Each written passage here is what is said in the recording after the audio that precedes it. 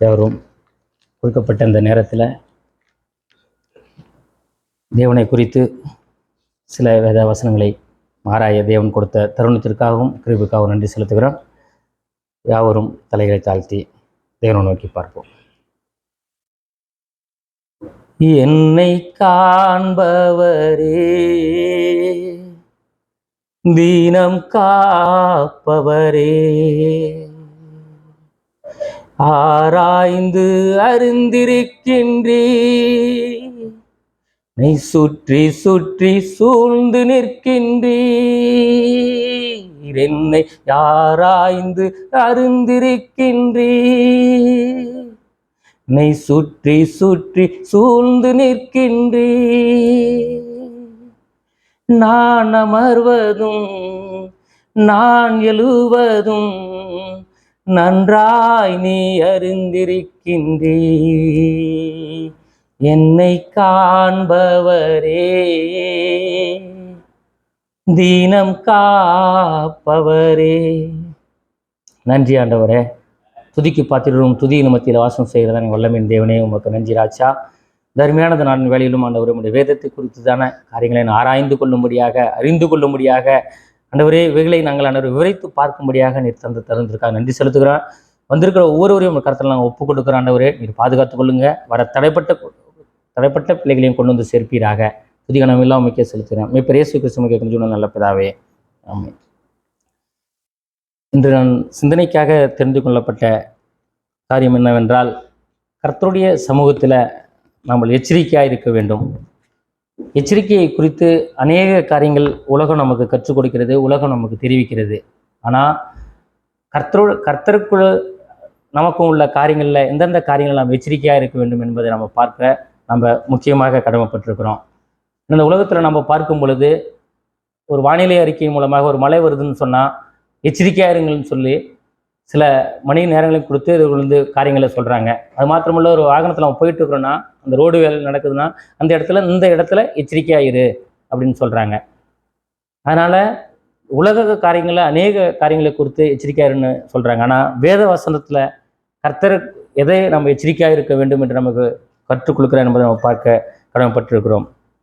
எடுத்துகிற வாசியங்கள் யாத்திராகமம் 23வது அதிகாரம் 21வது வசனம். யாத்திராகமம் 23:21. அவர் வாக்குக்கு செவிகொடு, அவரை கோபப்படுத்தாதே, உங்கள் துரோகங்களை அவர் பொறுப்பதில்லை, என் நாமம் அவர் உள்ளத்தில் இருக்கிறது. பார்க்கிறோம். இதில் அவர் சமூகத்தில் நம்ம எச்சரிக்கையாக இருக்கணும். ஏன்னா அவர் சமூகம் மிக வெளியேற பெற்றது. ஏதோ நம்ம ஒரு காரியமாக அந்த ஒரு சமூகத்தை நம்ம எண்ண முடியாது. ஏன்னா அவருடைய சமூகம் அதிசயமானது. அவர் நம்ம ஒரு சாதாரண ஒரு இடத்துக்கோ ஒரு கம்பெனி சம்மந்தமாக ஒரு மீட்டிங்கு போகும்போதோ எந்த அளவுக்கு நம்ம ஒரு ஒடுக்கமாக அந்த கம்பெனி அது ஒரு இதுக்காக அந்த உயரதிகாரி பார்க்கும்பொழுது நம்ம எந்த அளவுக்கு சைலண்டாக எப்படி நம்ம இருக்குன்னு ஒரு பயபக்தியோடு நம்ம போகிறோம். ஆனால் அது இல்லை, கர்த்தருடைய சமூகத்தில் நம்ம எப்படி இருக்கணும் என்பதை வேதம் சொல்லுதுன்னா, அவர் சமூகத்தில் எச்சரிக்கையாக இருக்கணும். சங்கீதக்காரர் தாவீது சொல்லும் போது சொல்கிறாரு, கர்த்தரையும் அவர் வல்லமையும் நாடுங்கள், அவர் சமூகத்தை நித்தமும் தேடுங்கள். கொஞ்ச காலத்துக்காக சொல்லலை, நித்தமும் தேடுங்கள். ஏன்னா அவர் சமூகத்தில் எல்லாமே கிடைக்கும். அவர் சமூகத்தில் ஆறுதல் உண்டு, அவர் சமூகத்தில் அதிசயங்கள் உண்டு, அவர் சமூகத்தில் சமாதானம் உண்டு, அவர் சமூகத்தில் எல்லாமே உண்டு. அதனால் நம்ம கர்த்தர் இடத்துல நம்ம வரும்பொழுது அவர் சமூகத்துக்கு நாம் வந்திருக்கிறோம். ஏதோ என்னை கூப்பிட்டார்கள் நான் வந்தேன் என்று இருக்கிறோமா? இல்லை, நம்ம கர்த்தருடைய சமூகத்துக்கு போகிறோம், உண்மையாய் நம்ம அவரை ஆராதிக்கணும், அவரை தொழுது கொள்ளணும், அவர் மீது நம்ம அன்பு அதிகமாக செலுத்தணும் என்ற உணர்வோடு நம்ம வருமா அப்படின்னு பார்க்கணும். ஏன்னா கர்த்தர் அன்பானவர் தான். ஆனால் அவர் சமூகத்தை நம்ம அலட்சியமாக எண்ணும் பொழுது, அவர் சமூகத்தை நம்ம அற்பமாக என்னும் போது அவர் கடிந்து கொள்வதற்கு அவர் உரிமை உள்ளவராக இருக்கிறாரு. ஆகையினால கர்த்தர் அன்பாக தான் இருப்பார். அதனால் அவர் சமூகத்தில் நம்ம எப்படி வேணாலும் இருந்தாலும் அன்பாக இருப்பார்ன்றது நம்மளோட தவறான சிந்தனை. அப்படி இல்லை, அவர் சமூகத்தில் நம்ம அற்பமாக என்னும் பொழுது அவர் நம்ம கடிந்து கொள்ள ஏதுவாக இருக்கிறார். ஆகையினால அவர் சமூகத்தில் நம்ம எப்பொழுதும் எச்சரிக்கையுள்ளாய் காணப்பட கர்த்தர் நமக்கு உதவி செய்வார். அதனால் ஒருவரும் எச்சரிக்கையுள்ளாய் சமூகத்தில் இருக்கணும் என்ற உணர்வோடு நம்ம காணப்படுவோம். ரெண்டாவது நம்ம பார்க்கும்போது, உன் கண்கள் கண்ட காரியங்களை மறவாதபடிக்கு எச்சரிக்கையாயிரு அப்படின்னு வேதம் சொல்லுது. எடுத்துள்ள வாசிகள் உபாகமும் 4ஆம் அதிகாரம் 10வது வசனம். கண்கள் கண்ட காரியங்களை மறவாதபடிக்கும், ஜீவனுள்ள நாளெல்லாம் அவைகள் இருதயத்தை விட்டு நீங்காதபடிக்கும் நீ எச்சரிக்கையாயிருந்து உன் ஆத்துமாவை ஜாக்கிரதையாய் காத்துக்கொள். அவைகளை உன் பிள்ளைகளுக்கும் உன் பிள்ளைகளின் பிள்ளைகளுக்கும் அறிவிக்க கடவாய். ஹல்லேலூயா. இதில் என்ன சொல்கிறோம்? கண்கள் கண்ட காரியங்களை நீ மறவாதபடிக்கு எச்சரிக்கையாயிரு. இது நம்ம நினைக்கிறோம் இது வந்து இஸ்ரேல் ஜனங்களுக்கு தான் கர்த்தர் சொன்னார் அப்படின்ட்டு நம்ம நினைக்கிறோம். அப்படி கிடையாது. இப்போ இருக்கிற நமக்கும் கர்த்தர் சொல்கிறதான காரியங்கள் தான். உன் கண்கள் கண்ட காரியங்களை குறித்து நீ மறவாதபடிக்கு எச்சரிக்கையாயிரு அப்படின்னு சொல்றாரு. நம்ம நல்லாவே தெரியும் இஸ்ரேல் ஜனங்கள் அந்த எகிப்து தேசத்துல எப்படி அடிமைப்பட்டவர்களாக இருந்தாங்க. அந்த ஜனங்களை அந்த இடத்துல இருந்து மீட்டு கொண்டு போவதற்கு கர்த்தருக்கு ஒரு செகண்ட் போதும். அந்த செகண்ட்லேயே அந்த இடத்துல இருந்து மீட்டு கொண்டு அவர் நினைத்த இடத்துல கொண்டு போய் வைக்க அவரால் முடியும். ஏன்னா அப்படியேப்பட்ட ஒரு வல்லமையான தெய்வத்தை தான் நம்ம ஆராதிக்கிறோம். சாதாரண தெய்வம் இல்லை. ஆனாலும் ஏன் அந்த கால தாமதங்கள் அந்த இடத்துல காணப்பட்டது? அந்த பார்வோனுடைய இதயம் எதுக்கு கடினப்படுத்தப்பட்டா எப்படின்னு நம்ம பார்க்கும் பொழுது இந்த ஜனங்கள் அவைகளெல்லாம் பார்க்க வேண்டும் என்பதற்காக தான் கர்த்தர் அந்த காரியங்களை செய்தார். 1-2 காரியங்கள்ல 10 காரியங்களை கர்த்தர் செய்தார். ஆனா அந்த பார்வோனுடைய இருதயம் அப்பவும் தலைச்சன் பிள்ளை சாகடிக்க போற வரைக்கும் அவனுடைய இருதயம் மாறலன்னா வேதத்துல வாசிக்கிறோம். எதுக்குன்னா இந்த ஜனங்கள் மறந்துடுவாங்கன்னு கர்த்தருக்கு தெரியும். அதனுடைய காரியத்துக்காக தான் கர்த்தர் என்ன பண்ணாரு? அவன் இடத்தை கடினப்படுத்தி எல்லா காரியங்களும் ஒன் பை ஒன்னா செய்யறாரு. அப்படி செய்தும் அந்த ஜனங்கள் வந்து அந்த காரியங்களை மறக்கிறத நம்ம பார்க்கிறோம். ஏன்னா யாரோ சொல்லி அவங்க கேள்விப்படலை, யாரோ மற்றவர்கள் மூலமா ஒரு படத்துல அவங்க பார்க்கல, ரியலா அந்த காரியத்தை அவங்க கண்ணால கண்டாங்க. ஆனா அந்த காரியத்தை அவங்க மறக்கிறாங்க. அதெல்லாம் கர்த்தர் என்ன சொல்றாருன்னா, உன் கண்கள் கண்ட காரியங்களை குறித்து நீ மறவாதபடி எச்சரிக்கையாயிரு அப்படின்னு சொல்றாரு.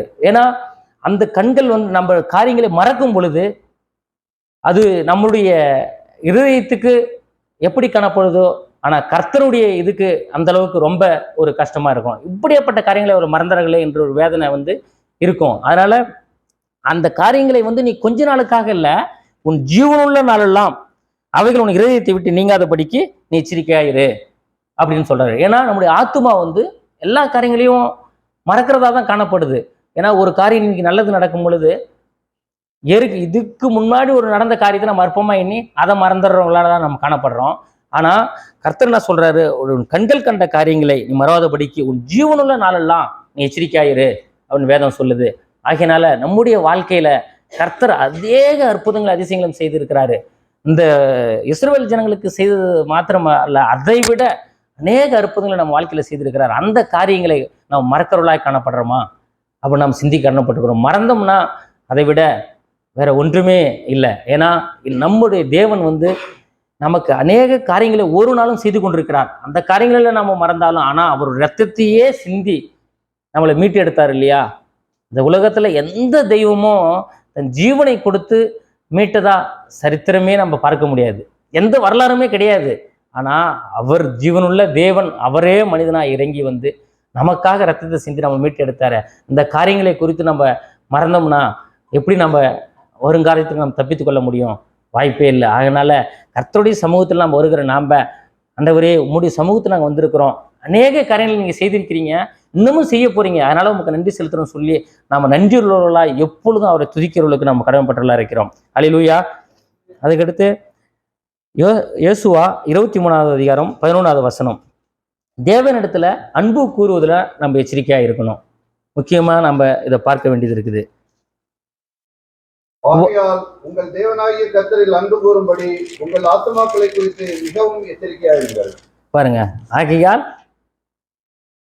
உங்கள் தேவனாகிய நோட்டம் படிங்கிறது.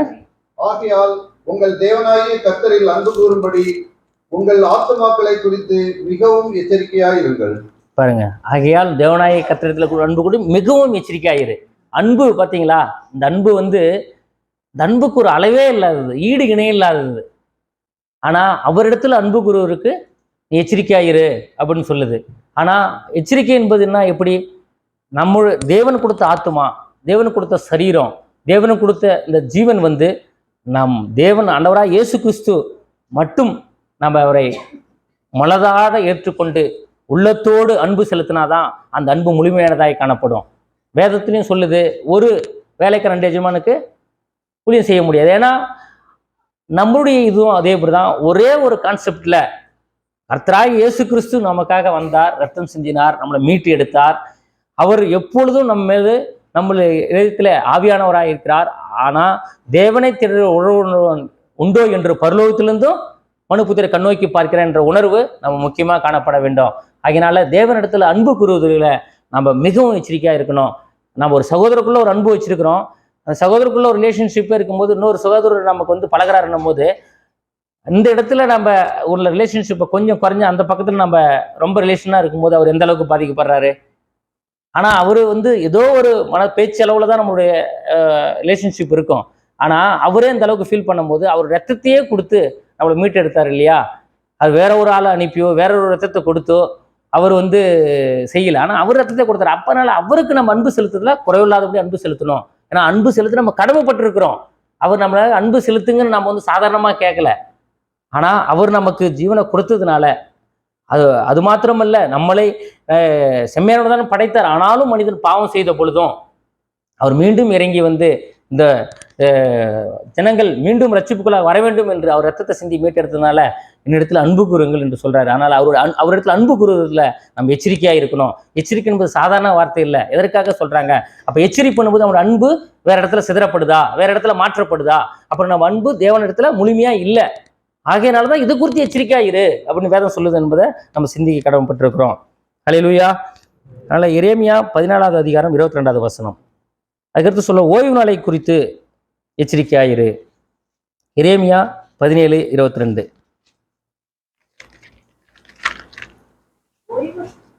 ஓய்வு நாளில் உங்கள் வீடுகளிலிருந்து சுமையை வெளியே கொண்டு போகாதபடிக்கும் ஒரு வேலையையும் செய்யாதபடிக்கும் உங்கள் ஆத்துமாக்களுக்காக எச்சரிக்கையாய் இருந்து நான் உங்கள் பிதாக்களுக்கு கட்டளையிட்டபடி ஓய்வு நாளை பரிசுத்தமாக்குங்கள் என்று கர்த்தர் சொல்கிறார்.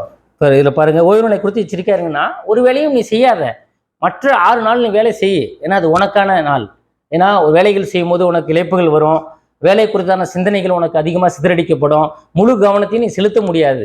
அதனால தான் சொல்றாரு எல்லா வேலையும் செய்துட்டு 7வது நாள் ஓய்வு. ஏன்னா இப்போ இன்னைக்கே நம்ம வந்துட்டோம்னா வேற ஏதாவது ஒரு வேலையை குறித்து நம்ம செஞ்சுட்டு வந்திருந்தோம்னா நம்ம சிந்தனை முழுமும் அந்த பக்கம் தான் இருக்கும். முழுமையா இந்த இடத்துல நம்ம தேவனிடத்துல செலுத்த முடியாது, முழுமையா ஆராதிக்க முடியாது, முழுமையா தேவனை மகிமைப்படுத்த முடியாது, முழுமையா ஒரு சமூகத்துல நம்ம நிறைய உள்ளவர்களாய் காணப்பட முடியாது. ஏன்னா நம்ம தேவன் நம்ம ஒரு விஷயத்தை கேட்கிறோம், நம்ம விஷயத்துக்காக நம்ம அவரிடத்துல நான் ஜெபிக்கிறோம் அப்படின்னும் போது அந்த காரியங்கள் நிறைவாய் நடைபெறணும், ஒரு குறைவில்லாத நடைபெறணும். நான் நினைக்கிறேன் இன்னைக்கு அது முடியணும் அப்படின்னு நினைச்சு நம்ம ஜெபம் பண்றோம் அந்த காரியம் நடக்கணும்னு. ஆனா அவருடைய சமூகத்துல நம்ம ஒதுக்கி அவர் சமூகத்துல நின்று முழுமையா நம்ம துதிக்கிறோமா, முழுமையா நம்ம ஆராதிக்கிறோமா என்பதை நாம சிந்திக்கணும். அதனாலதான் சொல்றாரு ஓய்வு நாளில் நீ ஒரு சுமத்துக்குன்னா ஒரு வேலையை செஞ்சுட்டுனா அதை குறித்து முழுமையா வந்து நீங்க செய்ய முடியாதுன்றது தான் சொல்றாரு அவரு. ஆகையினால உன் ஆத்துமா குறித்து எச்சரிக்கையாயிரு. உன் ஆத்துமா நீ வேற பக்கம் இது பண்ணும் போது அதை குறித்தான் உனக்கு போவோம், முழுமையா என்னை தேட முடியாது, முழுமையா என்னை ஆராதிக்க முடியாது அப்படின்னு தான் சொல்றாரு. அதனால இந்த ஓய்வு நாளில் நம்ம வந்திருக்கிறோம்னா இந்த ஓய்வு நாள் நம்ம முழுமையாக கர்த்தருக்கு நம்ம கொடுக்கல, ஜஸ்ட் ஒரு 2 hour தான் நம்ம கொடுக்குறோம். அந்த நேரத்தில் நம்ம கர்த்தரை முழுமையா நம்ம ஆராதிக்கிறோமா, முழுமையா நம்ம இடத்துல அன்பு செலுத்துறோமா, முழுமையா அவரை நம்ம பற்றி கொண்டு இருக்கிறோமா என்பதை நம்ம சிந்திக்க கடமைப்பட்டிருக்கிறோம். அதான் சங்கீதக்காரர் தாவீது சொல்றாரு, கர்த்தரை எக்காலத்திலும் ஸ்தோத்திரிப்பேன், அவர் துதி எப்பொழுதும் என் நாவில் இருக்கும். கர்த்தரை எக்காலத்திலும் ஸ்தோத்திருப்பேன். தாவீதுக்கு வராத கஷ்டமா, தாவீதுக்கு வராத பாடுகளா, தாவீதுக்கு வராத போராட்டமா, தாவீதுக்கு வராத பிரச்சனையா, எல்லா பிரச்சனையும் எல்லா போராட்டமும் வந்தது. ஆனாலும் தாவீது சொல்றாரு, கர்த்தரை எக்காலத்திலும் நான் ஸ்தோத்திரிப்பேன், அவர் துதி எப்பொழுதும் என் நாவில் இருக்கும். நான் தாவீது அறிந்தாரு ஜீவனுள்ள தேவன் நம்ம எவ்வளோ பாடுகளின் மத்தியில் கடந்து சென்றாலும் அவர் நம்ம விடுவிப்பார், அவரை தப்பு வைப்பார்ன்ற ஒரு நம்பிக்கை தாவீது கர்த்தர் மேலே வைத்திருந்தார். அதுதான் சொல்றாரு, கர்த்தரை நான் எக்காலத்திலும் ஸ்தோத்திரிப்பேன் அப்படின்னு சொல்றாரு. நம்முடைய வாழ்க்கையில நம்ம அப்படியே நம்ம துதிக்கிறோம், ஆராதிக்கிறோம், அப்படியே நம்முடைய லைஃப் போயிட்டு இருக்குது. ஏதோ ஒரு பிரச்சனை வருது, குடும்பத்துல வருது, ஏதாவது ஒண்ணுன்னா நம்ம எக்காலத்திலும் ஸ்தோத்திரிப்பேன், துதி எப்பொழுதும் நாவில் இருக்குன்றது நம்ம சிந்திக்கிறோமா? இல்லை. ஆனா நாம ஒரு காரியங்கள் நடக்கும் பொழுது அவரை விட்டு நம்ம துதிக்கிறதுல ஆராதிக்கிறதுல எல்லாத்துலேயும் நம்ம குறைச்சி நேரத்தை குறைச்சிடுறோம். ஆனால் கர்த்தர்கிட்ட நம்ம கேட்கும்போது அவர் மாத்திரம் முழுமையாக நமக்கு செய்யணுன்ற உணர்வோடு நம்ம கேட்குறோம். அதனால தான் நம்ம வந்து ஓய்வு நாளில் நம்ம வந்திருக்கிற நாம் வந்து கர்த்தரை முழுமையாக ஆராதிக்கிறவர்களாய், அந்த ஆராதனையில் ஒரு எச்சரிக்கை உள்ளவர்களாய் நம்ம காணப்படணும். ஏன்னா இந்த ஆராதனை அற்பமாக எண்ணப்பட்டு நம்ம ஏதோ ஒரு கடமை நேரங்கள் போயிட்டு இந்த டைம் இது முடியும், அந்த டைம் அது முடியும், அவ்வளோ முடிஞ்சு போய் அந்த ஒரு சிந்தனையோடு இல்லை. வேத வசனங்கள் விளக்கப்படும் பொழுது, வேத வசனங்கள் நமக்கு போதிக்கும் பொழுது அதை ஆராய்ந்து கேட்கவும், அதை ஆராய்ந்து சிந்திக்கவும், அதற்கான விளக்கங்கள் என்ன என்பதை நமக்கு புரியலையா, கேட்கறதுக்கு அநேக பேர் இருக்கிறாங்க, பாஸ்டர் இருக்கிற, நம்ம கேட்போம் இது எப்படி, இது என்ன வார்த்தை என்னன்றத அதிகமாக நம்ம கேட்கும் பொழுது விலைக்கு சொல்வதற்கு அவள் ஏதுவாக இருக்கிறாங்க. ஆகையினால நம்ம இந்த ஓய்வு நாளை குறித்து நம்ம எச்சரிக்கையாக இருக்கணும்னு வேதம் சொல்லுது. அவர் சமூகத்தில் எச்சரிக்கையாக இருக்கணும். நம் கண்கள் கண்ட காரியங்களை குறித்து நம்ம எச்சரிக்கையாக இருக்கணும். கர்த்தரை நம்ம எப்பொழுதும் மறவாதபடி எல்லா காரியங்களிலும் நம்ம எச்சரிக்கையாக இருக்கணும்னு நம்ம பார்க்கிறோம். அது மாத்திரமல்ல, அதுக்கடுத்து மல்கியா 2ஆம் அதிகாரம் 15வது வசனம். அவர் ஒருவனை அல்லவா படைத்தார், ஆவி அவரிடத்தில் பூரணமாய் இருந்தது, பின்னை ஏன் ஒருவனை படைத்தார், தேவ பக்தியுள்ள சந்ததியை பெறும்படிதானே. ஆகையால் ஒருவனும் தன் இளவயதின் மனைவிக்கு துரோகம் பண்ணாதபடிக்கு உங்கள் ஆவியை குறித்து எச்சரிக்கையாயிருங்கள். இது பாருங்க, கர்த்தர் ஒருவனுலேவா படைத்தார். ஏன்னா அவர் அவர் மொத்த ஜென்ரேஷனையும் ஒரு ஒரே டைமில் படித்து அவர் நிறுத்த முடியும். ஆனால் அவர் ஒருவனை படைத்தார். ஏன்னா அவனும் விழுந்த போதும் கூட அந்த சமூகம் அவர் அழிந்து போகும்னு அவர் நினைக்கல.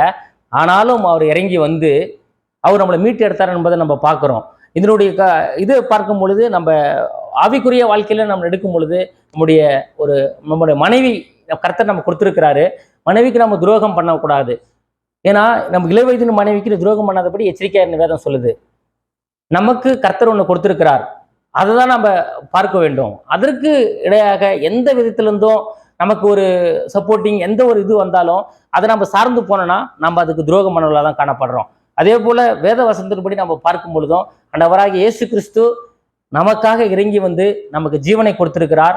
நமக்கு எல்லா காரியங்களும் அவர் செய்திருக்கிறார். அவருக்கு கொடுக்க வந்த காரியங்களை நீ விட்டுட்டு மற்ற பக்கமாக நீ திரும்பும் பொழுது அது நம்ம கர்த்தருக்கு நம்ம துரோகம் பண்ணுறதாக காணப்படுறோம். அதே போல் நம்முடைய வாழ்க்கைக்கு இது ஸ்பிரிச்சுவலுக்கும் எடுக்கலாம், நம்முடைய வாழ்க்கைக்கு நம்ம மாம்சத்திற்கு ஒரு பிரகாரமும் நம்ம எடுக்கும் பொழுது நம்முடைய மனைவி குறித்து உன்னுடைய மனைவிக்கு எச்சரிக்கையாயிரு. எந்த காரியத்திலும் நீ அதை விட்டு விலகி வேற காரியங்களை செய்யாத. ஒரு காரியங்களை குறித்து டெசிஷன் எடுக்கிறியா, நம்ம எங்கே கேட்கணுமோ அங்கே தான் கேட்கணும், நம்ம எங்கே முடிவு எடுக்கணுமோ அங்கே தான் எடுக்கணும். ஏன்னா கர்த்தர் நம்ம கொடுத்துருக்கிற மனைவிக்கு நம்ம உண்மையாக இருக்கணும். அதை விட்டுட்டு நம்ம வேற பக்கம் நம்ம திரும்ப ஏதோ ஒரு காரியத்தை தான் நான் டிஸ்கஸ் பண்ணேன் எனக்கு அப்படின்னும் போது நீ முக்கியம் அதுக்கு போயிடுது. இது நீங்க துரோகம் பண்ற மாதிரி தான். அதனால தான் நம்முடைய இளமையிலும் கர்த்தர் நம்ம கொடுத்த மனைவிக்கு நம்ம துரோகம் பண்ணாதபடி எல்லா காரியங்களிலும் நம்ம உண்மையாக வைத்து நம்ம செயல்படணும். அதே போல ஆண்டவராகிய இயேசு கிறிஸ்து நம்ம ரத்தத்தை கொடுத்து நம்ம மீட்டெடுத்ததுனால கர்த்தரை மாத்திரம் ஆராதிக்கிறவர்களாய் அவரை மாத்திரம் நம்ம துதிக்கிறவர்களாக நம்ம காணப்பட வேண்டும். அதனால அவைகளை குறித்து நம்ம எச்சரிக்கைன்னு வேதம் சொல்லுது. அல்லேலூயா. அதுக்கடுத்து கள்ள தீர்க்கதரிசிகளுக்கு எச்சரிக்கையாயிருன்னு வேதம் சொல்லுது. மத்தேயு 7வது அதிகாரம் 15வது வசனம். கள்ள தீர்க்கதரிசிகளுக்கு எச்சரிக்கையாயிருங்கள், அவர்கள் ஆட்டுத்தோலை கோர்த்து கொண்டு உங்களிடத்தில் வருவார்கள், உள்ளத்திலோ அவர்கள் பட்சிக்கிற போனார்கள். அல்லேலூயா. எல்லாத்துக்கும் நமக்கு தெரியும், இந்த உலகத்தில் அதிகமாக நடந்து கொண்டிருக்கிறது, இனியும் நடக்க போகுது, முடியல. அதனால கர்த்தருடைய வருகை வர வரைக்கும் கள்ள தீர்க்கதரிசிகள் அதிகமாக தான் காணப்படுவார்கள். அதனால தான் கள்ள தீர்க்கதரிசிகளுக்கு எச்சரிக்கையாயிருன்னு வேதம் சொல்லுது. எப்படி நம்ம சொல்றோம்னா, வேத வசனத்தை பேசுகிறவர்கள் இன்று அதிக அளவு குறைஞ்சு போயிடுச்சு. பாஸ்டர் கடந்த வாரம் கூட மெசேஜில் சொல்லும் போது சொன்னாரு, உன்னுடைய சுய காரியத்தையும் உன்னுடைய சுய மேன்மையும் பேசுவதற்கான இடம் இது கிடையாது. ஏன்னா 31,104 வசனம் இருக்குது. இந்த பைபிள் உள்ள வசனத்தை நீ ஜீவனாலெல்லாம் பேசினா கூட உன்னுடைய நேரங்கள் போதாது. அதனால நீ ஏதோ ஒரு வசனம் எடுத்துட்டு சுயமேன்மையை பேசி நீ சுய காரியங்களை பேசும் பொழுது அது கர்த்தர் மகிமைப்படுவதே அல்ல. ஆகினா நிறைய கள்ள தீர்க்கதரிசிகள் எப்படின்னா இப்படிதான் காணப்படுறாங்க. அது அழகா விளக்கமா சொல்றாரு பாருங்க. அவள் டைரக்டா வரமாட்டாங்க, ஓனாய் ஆட்டின் தோலை பொருத்தி கொண்டு வருவாங்க. ஏன்னா ஒரு ஆடு ஒரு தப்பும் செய்யாது. ஆடு ஒரு நல்ல ஒரு பிராணம் தான், நல்ல ஒரு விலங்கு தான் அது. அதனால ஆடுன்னும் போது எல்லாமே ஏற்றுக்குவாங்க, இது நல்லது தானேன்னு சொல்லிட்டு. ஆனால் அவங்களுடைய உள்ளத்துல எப்படி ஓநாய்கள் பச்சிக்கிற ஓநாய்கள் எப்படி பச்சிக்கும் ஆட்டை, ஓநாய் பார்த்துருக்கோம்ல, வீடியோவில் பார்த்துருப்போம், இல்லை நேர்லையும் பார்த்துருப்போம். ஆகையினால கள்ள தீர்க்கதரிசிகளுக்கு நீ எச்சரிக்கையாயிரு. ஏன்னா வேத வசனம் சபையில் எல்லா இடங்களிலும் நம்ம பார்க்குறோம். எல்லா இடத்துலையுமே குறிப்பிட்ட ஒரு 40 நிமிஷம் அந்த மெசேஜ்னா ஒரு வசனத்தை எடுத்துக்கொண்டு 2 மணி நேரம் கூட பேசுகிறாங்க. ஏன்னா அவங்களுடைய காரியங்களை எனக்கு இப்படி போனேன், இதை பண்ண அதை செய்யும், அதை போனால் இதை செய்யணும்னு சொல்லி ஒரு போர்வையிலேயே மக்களை வைத்துக்கொண்டு என் சபையின் பிள்ளைகள் எங்களை விட்டு எங்கேயும் போக மாட்டாங்க, நாங்கள் அந்த அளவுக்கு வச்சிருக்கிறோம், அந்த அளவுக்கு நாங்கள் பாதுகாக்கிறோம், அப்படியே ஒரு பூஸ்டான ஒரு வார்த்தைகளையே சொல்லி அப்படியே ஒரு போர்வையில் வைத்திருக்கிறதுனால அநேக விசுவாச குடும்பங்கள் சிக்கப்பட்டு காணப்படுறாங்க. ஆனால் வெளியே பார்க்கும்போது கர்த்தருக்குள்ள தான் இருக்கிறேன், கர்த்தர்கிட்ட தான் நான் போகிறேன், ஆராதிக்கிறேன், ஜெபம் பண்ணுறேன், அன்னைக்கு கொடுக்குறேன், எல்லாம் நான் பண்ணுறேன், நான் பெர்ஃபெக்டாக இருக்கிறேன்னு சொல்லி அவங்கள மனசை அவங்களே தேத்திக்கிறாங்க. ஆனால் அந்த கள்ள தீர்க்கதரிசிக்குள்ளே அடங்கி இருக்கிறன்றத அவர் மறந்தவர்களாக காணப்படுறாங்க. ஏன்னா வேத வசனத்தை விலக்கி சொல்லும் பொழுது மக்களோட கண்கள் வந்து திறக்கப்படும். அப்போ அதுக்குள்ள அதனுடைய தெரிஞ்சிடும்னு சொல்லிட்டு மறைச்சி வச்சு பேசுகிறாங்களா என்னன்னு தெரியல. ஆனால் கர்த்தருடைய காரியங்கள் நம்முடைய சபையில் தெள்ளந்தெளிவாய் பேசப்படுது. வசனம் இதான். அநேக பேர் சொல்லுவாங்க, அப்படியே மெசேஜ் எல்லாம் அப்படியே ரொம்ப இதாக போயிட்டு இருக்குது, ரொம்ப போர் அடிக்குது, தூக்கம் வர மாதிரி இருக்குதுலாம் நிறைய பேர் சொல்லி நானே கேள்விப்பட்டிருக்கிறேன். அது அப்படி கிடையாது. தூக்கம் வர இடம் எப்படின்னா, நம்ம சிந்தனை நம்மளோட வேற ஒரு சுமையை கொண்டு வந்து வேற இடத்துல இறக்கி வச்சிடும், அது மறுபடியும் போயிட்டு அதை எடுத்துட்டு போகணும் அப்படின்றவங்களுக்கு மட்டும் தான் சுமையா இருக்கும். நம்ம சுமையை இன்னைக்கு இறக்கி வச்சிருன்னு கர்த்தர் எந்த வேலையும் செய்யாத, உனக்குள்ள காரியங்கள் நான் செய்யறேன்னு கர்த்தர் சொல்றாரு. ஆகையினால அதெல்லாம் விட்டு நம்ம சபைக்கு வருமா, ஆராதிக்கிறோம், வசனத்தை கேட்கிறோம், வசனத்தை தியானிக்கிறோம், இவைதான் நம்மளை காப்பாற்றும் அவசரம், தப்பி வைக்கும் அவசரம். வேற ஒன்றுமே தப்பி வைக்க முடியாது. அநேக ஆசிரியர் வச்சிருக்கலாம், சொத்து வச்சிருக்கலாம், அநேக பணங்கள் இருக்கலாம், அது ஒன்றும் நம்மள இந்த உலகத்திலேருந்து காப்பாற்றவே முடியாது. வசனம் மட்டும்தான் காப்பாற்றப்படும். ஏன்னா இந்த வசனங்கள் கேட்கக்கூடாத காலங்கள் வெகு விரைவில் வரும். அதற்கான காலங்கள் வெகு விரைவில் வரும். ஆனால் அந்த வசனங்களை இதயத்தில் இருந்தால் தான் நாம் கள்ள தீர்க்கதரிசிகளை வேறு பிரித்து நம்ம கண்டுகொள்ள முடியும். இல்லைன்னா அப்படியே அழகா வந்து ஆட்டத்தோலை போர்த்திக்கிட்டு வந்த மாதிரி அப்படியே இருந்து எல்லா காரியங்களையும் செய்வாங்க. நம்ம லாஸ்ட்ல பச்சிக்கப்பட்டு தான் போயிருப்போம். நம்ம பசுமையாக எழும்பி நிற்க முடியாது. கர்த்தருடைய வசனம் நம்ம உள்ளத்துல இல்லைன்னா நம்ம பச்சிக்கப்பட்டு போயிருப்போம், பசுமையாக எழும்பி நிற்க முடியாது. ஆகையினால அன்பு சகோதர சகோதரிகளே, கள்ள தீர்க்கதரிசிகளுக்கு எச்சரிக்கையாயிரு. கள்ள தீர்க்கதரிசிகள்லாம் யாருன்னு கேட்குறீங்களா, எனக்கு தெரியலன்றீங்களா, பாஸ்டர் இருக்கிறார் கேளுங்க, அநேக சகோதரர்கள் இருக்கிறாங்க கேளுங்க, ஊழியத்துக்கு ஆத்மாவை ஊழியத்துக்கு வராங்க அவங்கள்ட்ட கேளுங்க யார் எப்படி இருப்பாங்கன்னு. இதான் வேத புரட்டுகள், வேத வசனங்கள். இவைகள் எல்லாம் அப்படி இல்லை, இப்படி இல்லை, நம்ம கடந்து வந்த பாதைகள்லாம் அப்படியா அப்படின்னு சொல்லி வேத புரட்டுகளை கொண்டு வந்து போடுவாங்க. அதில் எல்லாம் கொண்டு நம்ம ஏமாந்தோம்னா நம்ம வருங்காலத்தில் கர்த்தருடைய வருகையில் நம்ம பரிதவிக்கப்பட்டவர்களாக தான் இருப்போம். என்ன இது, கர்த்தர் நமக்காக ரத்தத்தை சிந்தினார், மீட்டு எடுத்தார், அவர் நம்ம ஆவியா நமக்குள்ள இருக்கிறார், அவர் எப்பொழுதும் பரலோகத்திலிருந்து மறுபடியும் கண்ணோக்கி பார்க்குற தேவனை தேடுறவர் உண்டான்னு. ஆனால் அந்த இயேசு கிறிஸ்துவ நம்ம அறிந்திருக்கிறோம், பற்றிருக்கணும். இது குறித்து தானே வேறு விளக்கங்கள் எது வந்தாலும் அதான் வேதவசனம் சொல்லுது, தேவனை அறிகிற அறிவுக்கு விரோதமாக எழும்புகிற எல்லா மேட்டியும் நிர்மூலமாக்கி எந்த எண்ணத்தையும் கிறிஸ்துவுக்குள்படி சிறைப்படுத்துறவர்களாயிரு. உனக்கு அநேக சிந்தனை வரும், வேலை குறித்து அநேக காரியங்களை பார்ப்ப சிந்திப்ப, உனக்கு அநேக காரியங்களோட விளக்கங்கள்லாம் இருக்கும். ஆனால் வேதத்திற்கு முன்னாடி உன்னுடைய விளக்கங்கள்லாம் பொய்யா தான் இருக்கும்.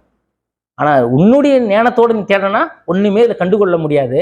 ஆனால் வேதத்தை நீ தாழ்த்தி அந்த ஒரே முடியும் வேத வசனம் அப்படி சொல்லிக்கிறத கள்ளத்திற்கு எச்சரிக்கையா இருக்குன்னு சொல்லுத, எப்படி அதை நான் எச்சரிக்கையா இருக்கணும், அவங்க எப்படி வருவாங்க, அது எப்படி நான் விழித்திருக்கணும் அப்படின்னு வேதத்தை நம்ம படித்தாதான் இதுலேருந்து நான் காப்பாற்றப்பட முடியும். இல்லைன்னா பரிதபிக்கப்பட்டவர்களாக தான் இருப்போம். ஆனால் பச்சித்து போட்டுருவான் கள்ள தீர்க்கதரிசி. ஆனால் எச்சரிக்கையா இருங்க. கர்த்தர் ஒரு ஆத்மா வீணாய் போது அவருடைய சித்தம் இல்லை. ஆனால் எப்பொழுதும் நம்மளை காப்பாற்றுவதற்கு உதவி செய்வதற்கு ஒரு கரம் எப்பொழுதும் நீட்டப்பட்டதான் இருக்குது. ஆனால் அவர் கரத்தை பிடிக்கிறது நம்ம கரத்தை கொஞ்சம் ஓங்கி நிற்கும்போது தான் பிடிக்க முடியும். ஆகினால வேத வசனங்களுக்கு செவியை சாய்த்து, சபையில் போதிக்கப்படுற வசனங்களுக்கு உங்களுக்கு செவியை சாய்த்து நீங்கள் கீழ்ப்படியும் பொழுது இந்த கள்ள தீர்க்கதரிசிகளுக்கு எச்சரிக்கையாக இருக்க முடியும். ஹல்லேலூயா. அதுக்கடுத்து நம்மில் உள்ள வெளிச்சம் இருளாதபடிக்கு எச்சரிக்கையாக இருக்கணும். நம்மளுடைய உள்ள வெளிச்சம் இருளாதபடிக்கு எச்சரிக்கையாக இருக்கணும்னா நாம் கர்த்தருக்குள்ளே இருக்கிறோம், கர்த்தரை நம்ம நன்கு அறிந்திருக்கிறோம், வேத வசனம் நன்கு நம்ம அறிந்திருக்கிறோம், நம்ம வெளிச்சத்துக்குள்ள இருக்கிறோம். ஹல்லேலூயா.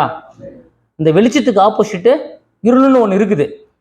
அந்த இருளுக்குள்ள நம்ம வெளிச்சத்தில் இருக்கிறோம். அந்த வெளிச்சம் எப்பொழுது இருளாக மாறும்னா, நாம் அறிந்து கொண்ட சத்தியத்திலிருந்து நாம் பெற்றுக்கொண்ட தேவ வாக்குத்தத்த வசனத்தை படித்து கொண்டு வாழ்ந்த வாழ்க்கையை விட்டு அந்த பாதையை விட்டு விலகும் பொழுது இருளுக்குள்ளாக நம்ம போகப்படுவதாக காணப்படுகிறோம்.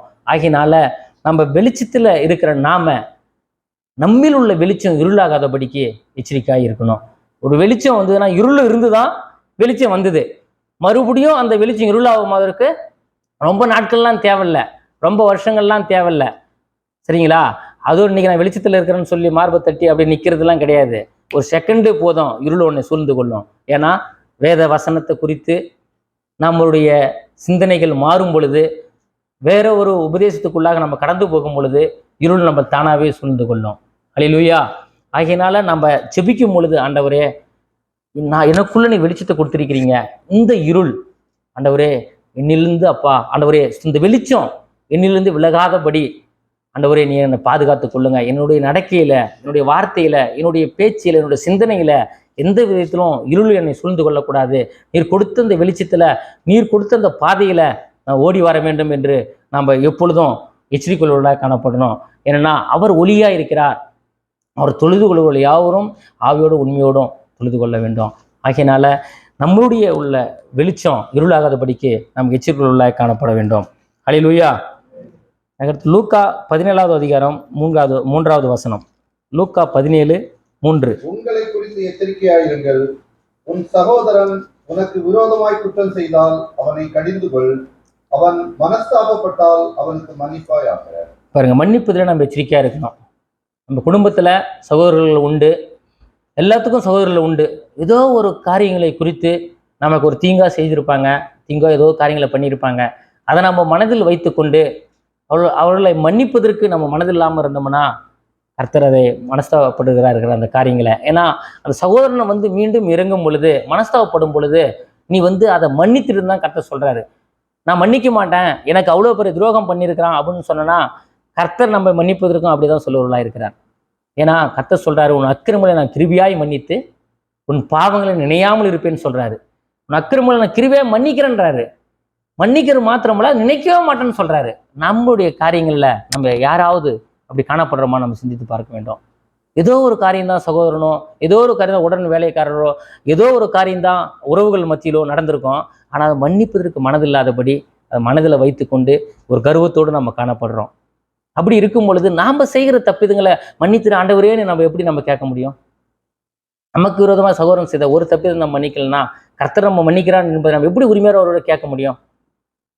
கேட்க முடியாது. ஆகையினால மன்னிப்பதில் நம்ம எச்சரிக்கையாக இருக்கணும். எந்த காரியமாக இருந்தாலும் இருக்கட்டும், எப்படி மன்னிக்க முடியும்? நம்மளும் ஒரு மனிதன், அவன் கஷ்டம்தான். ஆனால் வேத வசனத்தை நீ மனசில் வச்சிருக்கும் போது அதை மன்னிக்கலாம். இல்லைனா அந்த கள்ளக்கத்தை மாதிரி அவனுக்கு பண்ணானா, அதுவும் நிறைய இருக்கு, அவனும் பண்ணானா அப்படி அது ஒன்றும் மன்னிக்காம அப்படியே போ, அது ஒன்றும் பிரச்சனைலாம் கிடையாது, எல்லாத்துக்கும் இது அப்படியும் ஒரு உபதேசங்கள் இருக்கும். ஆனால் வேத வசனம் ஆழமா என்ன சொல்லுது? சகோதர மனஸ்தாபப்பட மனம் இருங்க மன்னி அப்படின்னு தான் சொல்லுது. அதனால இந்த வேத வசனம் மனசுல இருந்தா மன்னிப்பது ஈஸியா இருக்கும். ஆண்டவரே, எனக்கு துரோகம் பண்ணான் என் சகோதரன், ஆனாலும் நான் என்னுடைய பலத்துல மன்னிக்கலாப்பா, நீங்க சொல்கிற இந்த வார்த்தையின்படி, நீங்க தருகிற அந்த கிருபியின்படி நான் மன்னிக்கிறேன் அப்படின்னு சொல்லும் பொழுது, ஜெபம் பண்ணும்போது அந்த காயங்கள் உன் மனசுல இருந்து மாறும். நீ முழுமையான அன்பை சகோதரத்தில் செலுத்த முடியும். அதன் மூலமாக உன் சகோதரனை இன்னும் அதிகமாக கர்த்தருக்குள்ள கொண்டு வர முடியும். அதன் மூலமாக சகோதரனை ஆதாயப்படுத்திக் கொள்ள முடியும், உறவுகளை ஆதாயப்படுத்திக் கொள்ள முடியும், உடன் வேலைக்காரர்களை ஆதாயப்படுத்திக் கொள்ள முடியும். ஆகையினால மன்னிப்புதில் எச்சரிக்கையா இருக்கணும்னு சொல்லி உங்களை யாருக்கும் நான் கேட்டுக்கொள்கிறேன். நான் மாத்திரமல்ல, வேதவசனமா தான் சொல்லுது. ஆகையினால சகோதர சகோதரியை மன்னிப்பதற்கு எப்பொழுதும் எச்சரிக்கையா இருங்க. கர்த்தர் உங்களுக்கு உதவி செய்ய வல்லவராக இருக்கிறார். ஹல்லேலூயா. ரோமர் 16வது அதிகாரம் 17வது வசனம். சகோதரரே, நீங்கள் கற்றுக்கொண்ட உபதேசத்திற்கு விரோதமாய் பிரிவினைகளையும் இடரல்களையும் உண்டாக்குறவர்களை குறித்து எச்சரிக்கையாயிருந்து அவர்களை விட்டு விலக வேண்டும் என்று உங்களுக்கு புத்தி சொல்லுகிறேன். ஹல்லேலூயா. இவ்வளவு விளக்கமா சொல்லுது. இதெல்லாம் விலக்கி சொல்ற அளவுக்கு தேவைன்னு நினைக்கிறேன். எல்லாத்துக்குமே தெரியும். ஏன்னா நம்ம தேவனின் அந்த சபைனாலே எல்லாருமே வசனத்துல வளர்ந்துருக்கிறீங்கன்றது தான் நான் நினைக்கிறேன், விரும்புகிறேன். அதனால தான் நீ கற்றுக்கொண்ட சத்தியத்திலிருந்து விலகாதன்னா விலகுறாங்கன்னு அர்த்தம், விலகுறாங்க. அதனால தான் விலகாதுன்னு ஒரு எச்சரிப்பு கொடுக்குறாரு கர்த்தர். நம்ம கற்றுக்கொண்ட சத்தியம்னா என்னது? நம்ம கற்றுக்கொண்ட சத்தியம் தேவன் நம்ம நல்லா ஒவ்வொரு நேரமும் ஒவ்வொரு நாளும் நம்ம மீடியா மூலமாக நமக்கு யூடியூப்ல வருது, வேத உரையாடல்கள் நடைபெறுது. டெய்லியும் ஒரு 5 நிமிஷம் ஆடியோக்கள் நம்ம இணையதளத்து மூலமாய் நம்ம சபை மூலமாய் வருது. இவைகளெல்லாம் பார்த்தாலே போதும், நம்ம சத்தியத்தை விலகுவதற்கு எதுவாக காணப்பட முடியாது. ஏன்னா அநேக சத்தியங்கள் வரும். நம்ம அநேக நாட்கள் முன்பாக இருந்த நாட்கள் எல்லாம் பார்க்கும் பொழுது அநேக பேருடைய உறவுகள் நம்மளை சொல்லும், நீ ஏற்கனவே இருந்தது எப்படி, இப்போ எப்படி இருக்கிற, அப்படி இப்படிலாம் நிறைய சத்தியங்கள் வரும். அவைகள் எல்லாம் நம்ம விலகணும். அவைகள் எல்லாம் நம்ம எச்சரிக்கையா இருக்கணும்னா கர்த்தரை நம்ம உறுதியாக பற்றுக்கொண்டாத முடியும். கர்த்தர் நமக்கு கற்றுக் கொடுத்த சத்தியத்துல நம்ம எச்சரிக்கையா இருக்கணும். இல்லைன்னா நம்மளை விலகுவதற்கு ஏதுவாய் அநேக காரியங்கள் காணப்படும். நம்மளும் பரிதபிக்கப்பட்டவர்களாக இருப்போம். அதனால சத்தியத்துல நிலைத்து நிற்க பலனை கொடுங்க ஆண்டவரேன்னு சொல்லி கர்த்தரத்துல கேட்கும்போது உதவி செய்ய வல்லவராக இருக்கிறார். ஹல்லேலூயா. அதுக்கடுத்து ஜீவனுள்ள தேவனை விட்டு விலகாதபடி எச்சரிக்கையாயிரு. ஏன்னா வேதவசனம் சொல்லுது, ஜீவனுள்ள தேவனாகி 3:7 அவிசுவாசம் அல்ல பொல்லாத இருதயம் என்னில் உண்டாகாதபடி எச்சரிக்கையாயிருன்னு வேதவசனம் சொல்லுது. அதனால ஜீவனுள்ள தேவனை விட்டு விலருக்கிறவன அவிசுவாசம் பொல்லாத இருதயம் எனக்கு வேண்டாம் ஆண்டவரே. ஏன்னா இருதயம் வந்து மகா திருக்குள்ளது கேடு உள்ளது தான். இந்த இருதயங்கள் எப்போ வேணாலும் மாறும், எந்த நிலைமையிலானாலும் மாறும். ஆனாலும் இஸ்ரேல் ஜனங்களோட இருதயங்கள் மாற்றப்பட்டதை நம்ம அநேக இதில் பார்க்குறோம். இவ்வளோ அதிசயங்களை செய்தாரு. மாறாவின் தண்ணீரை மதுரமாக்கினாரு, சிங்கல்ல 2ஆக பிளந்தாரு, மன்னாவை புசிக்க கொடுத்தாரு. அவங்களோட இருதயங்கள் விலகப்பட்டதை நம்ம பார்க்கும் பொழுது ஜீவனுள்ள தேவனாய கர்த்தரை விட்டு விலகுவதற்கு அநேக விஷயங்கள் நமக்கு காணப்படும். ஆனால் நாம் எச்சரிக்கையாக இருந்து அவைகளை விட்டு விலகாதபடி காணப்பட நமக்கு கர்த்தர் உதவி செய்ய வல்லவராக இருக்கிறார். அதனுடைய இறுதியாக நம்ம பார்ப்போம். 2 பேதுரு 3வது அதிகாரம் 17வது வசனம் 18வது வசனம். 2 பேதுரு. ஆதலால் பிரியமானவர்களே, இவைகளை முன்னமே நீங்கள் அறிந்திருக்கிறபடியால் அக்கிரமக்காரருடைய வஞ்சகத்திலே நீங்கள் இழுப்புண்டு உங்கள் உறுதியிலிருந்து விலகி விழுந்து போகாதபடிக்கு எச்சரிக்கையாயிருந்து நம்முடைய கர்த்தரும் இரட்சகருமாகிய இயேசு கிறிஸ்துவின் கிருபையிலும் அவரை அறிகிற அறிவிலும் வளருங்கள். அவருக்கு இப்பொழுதும் என்றைக்கும் மகிமை உண்டாவதாக. ஆமென். ஹல்லேலூயா. பாருங்க, இதில் பார்க்குறோம், அக்கிரமக்காரருடைய வஞ்சகத்திலே இழுப்புண்டு நம்மளே உறுதியில் இருந்து நாம் இந்த பொழுது நம்ம கர்த்தரை ஏற்றுக்கொண்டப்ப, இந்த சத்தியத்தை ஏற்றுக்கொண்டப்ப எந்த உறுதியில் நாம் இருந்தோம் அந்த உறுதி இறுதி வரைக்கும் நம்ம காத்து கொள்ளவர்களாய் காணப்பட வேண்டும். இந்த சத்தியத்தின் இதிலிருந்து நம்ம எப்பொழுதும் விலகுவர்களாய் அல்ல. அநேக காரியங்கள் நடைபெறலாம், அநேக வேதனைகள், அநேக கலக்கங்கள், அநேக இடுக்கங்கள் வரலாம். ஆனால் இந்த சத்தியத்தொட்டு நான் விலக மாட்டேன் ஆண்டவரே என்று சொல்லி என்னுடைய சுயபலத்தினால அல்ல, என்னுடைய பராக்கத்தினால அல்ல, ஆனால் உம்முடைய பலத்தினால் உம்முடைய பராக்கத்தினால் ஆகும் அப்படின்னு சொல்லி நம்ம அர்ப்பணிப்போடு இருக்கும் பொழுது கர்த்தர் நமக்கு உதவி செய்ய வல்லவராக இருக்கிறார். ஏன்னா வேதத்தை குறித்ததான காரியங்கள் அநேக முறை போதிக்கப்படுது, விவரிக்கப்படுது, பேசப்படுது. ஆனாலும் நம்மளுடைய இருதயம் இதில் சார்ந்து இருக்குதா, சத்தியத்தில் நிலைத்து இருக்குதா என்பது சிந்திக்க கடமைப்பட்டிருக்கிறோம். ஏன்னா பவுல் சொல்லும் பொழுது சொல்றாரு, திருப்பிள்ளைகளே உங்களுக்கு கர்த்தரை குறித்து மீண்டும் மீண்டுமாக உங்க இடத்துல நான் சொல்லும் பொழுது கற்போ வேதனைப்படுகிறேன்னு சொல்றாரு. ஆனா பாருங்க, அந்த சத்தியங்கள் வந்து மறைக்கப்படுது, ஒதுக்கப்படுதுன்றதால தான் பவுல் அந்த இடத்துல சொல்றாரு. அதனால கற்பு வேதனை என்பது எல்லாத்துக்கும் தெரியும், இந்த ஸ்திரீகளுக்கு அதிகமாக தெரியும். அந்த வேதனை எதுக்கு படுறாராம்? சத்தியத்தை சொல்லும் பொழுது, சத்தியத்தை பேசும் பொழுது அவ்வளோ வேதனைப்படுறான்றாரு. அதே போல் நமக்கும் சபையில் அநேக வசனங்கள் விவரித்து காட்டப்படுகிறது, சத்தியங்கள் போதிக்கப்படுது. அதை விட்டு நம்ம விளவர்களாய் அல்ல, சார்ந்து கொண்டவர்களாய், பற்றி கொண்டவர்களாய் நம்ம இருப்போம். கர்த்தர் நமக்கு உதவி செய்ய வல்லவராக இருக்கிறார். கர்த்தர் முடிவு பெருந்தும் நிலைநிறுத்த வல்லவர். அவருக்கு இடையில விட்டு போகிற தேவன் அல்ல, முடிவு பெருந்தும் ரட்சிக்க வல்லவர். நாம் ஆராதிக்கிறோம், அவரை பற்றி கொள்ளுவோம், கர்த்தரை சார்ந்து நிற்போம், அவர் நம்மளை வழிநடத்துவார். அல்லேலூயா.